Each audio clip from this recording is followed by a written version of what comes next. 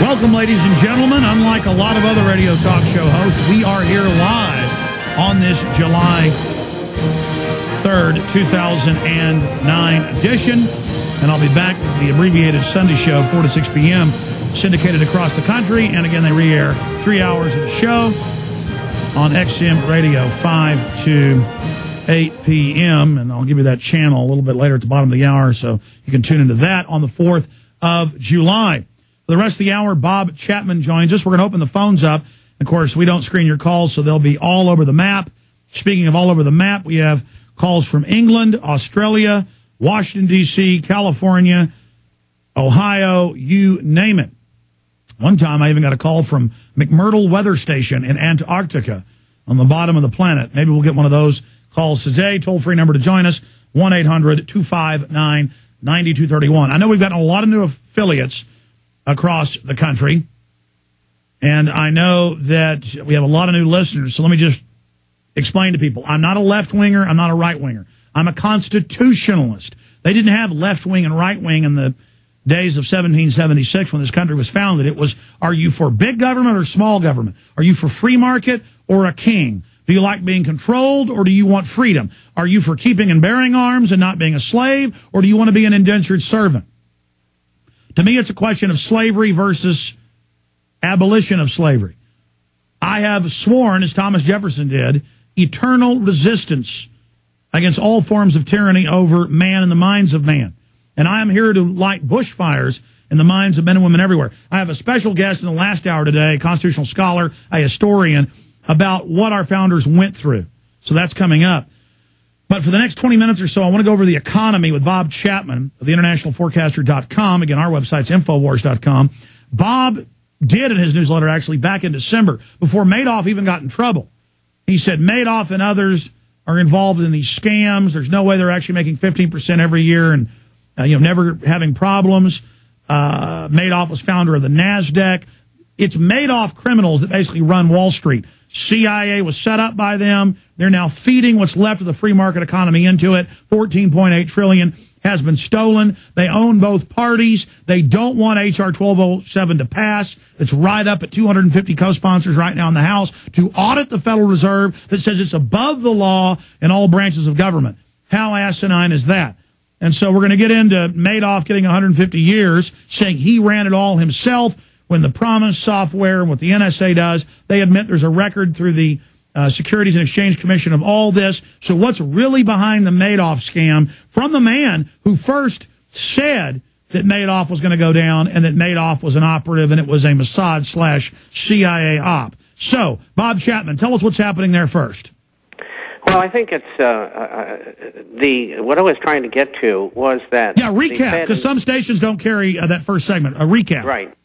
What I was getting into is that the Fed and the Fed Reserve in New York, as well as in Washington, and the U.S. Treasury track every wire. So they know where all the money went, from what banks to what place. A lot of them were in offshore accounts. They know that. They know who owned them. So they know who did what. And there's no question. Now, none of this has come out. I mean, these people who are rigging this whole thing and throwing all the blame on Madoff, they got to be dumb. I mean, we're not that stupid. I mean, that's a simple thing that they do every day. So they knew who did what, and they know who was involved. I believe that probably Mr. Madoff will die within 2 years, perhaps even 6 months. But I don't think he'll die. I think they'll tell you he died, and he'll be shipped out someplace. That's what I think they're up to with him. Well, that's the same thing with the witness protection program. They do this all the time, and even mainstream newspapers have reported in Latin America and Europe that Ken Lay is down in Paraguay, where the Bushes bought those giant 50-plus thousand acre ranches. This is what black ops do continually. They take low-level special forces operatives by the thousands each year and stage their death. That's on record. So to say they wouldn't stage a Ken Lay or a Madoff's death later, or like a Jack Ruby, I mean, we know they do this. You're right, and we have contacts in Montevideo who have told us the same thing. So and you have to know what to look for, and these people do. You were in black ops in South Africa, Germany, France, and a bunch of other unnamed countries. Were they staging deaths back in the 50s then when you were in? Not that I know of. All right, go ahead. I mean, they admit they are now. One of the things I might interject here, I'm glad they passed me over for MK Ultra. Okay, Bob, every continue. Time I think about that, I say to myself, my goodness gracious, there but for the grace of God go I. Well, the L.A. Times reported that Theodore Kaczynski, the Unabomber, was CIA and volunteered for MK Ultra. So good thing they did pass you over, Bob. But continue. So explain. I have the Associated Press reporting here that 171 billion, not 50. We've been saying it was over 100. 171 billion has disappeared. That's what Madoff really stole. And that now they've put out an asset forfeiture seizure notice for 171 billion. So why are they telling us 50 billion, but now it's 171 billion? It's part of the cover-up. And they'll dance around and do all of what they've got to do, and they're going to cover it up.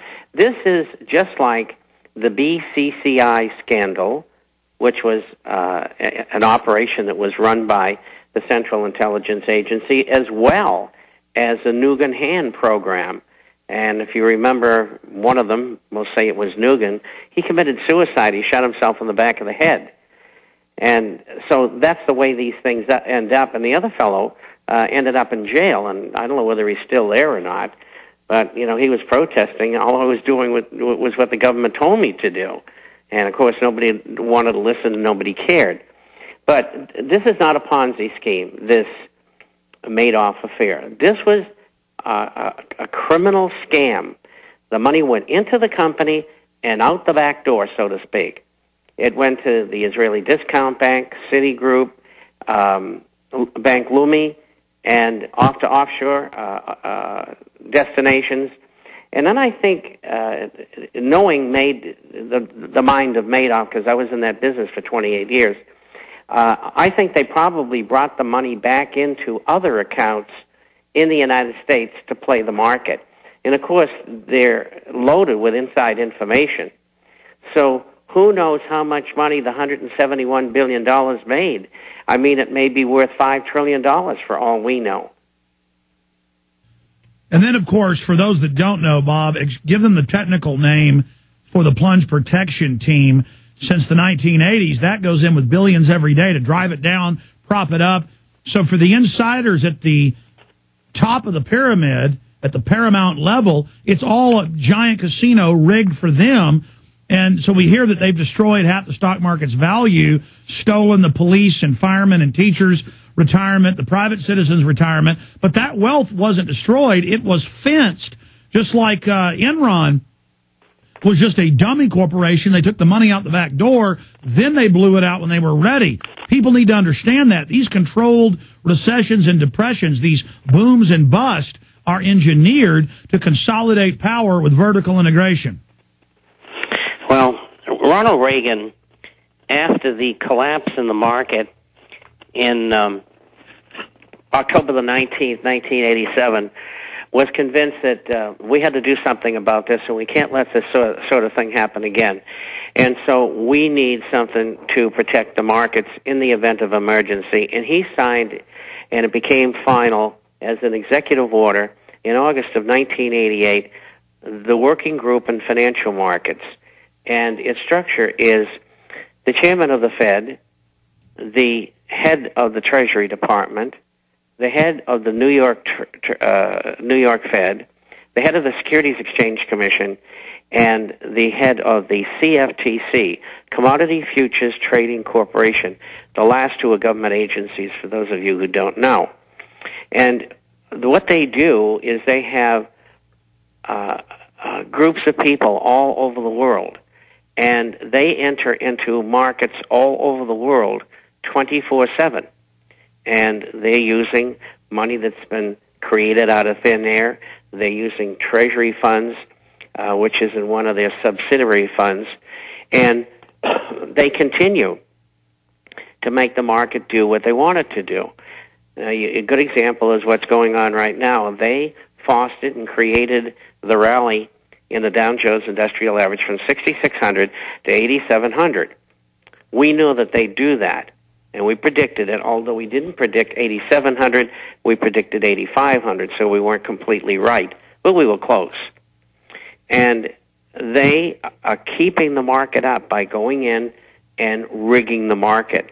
They're doing the same thing with the currencies and the commodities, gold and silver. If you watch almost every Monday morning, the market is up 50 or 100 points, maybe more, and the dollar is strong, and commodities are down, and gold and silver are down.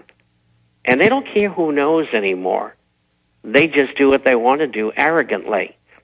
And I do have, in tomorrow's issue of the International Forecaster, 2 tapes that I got from CNBC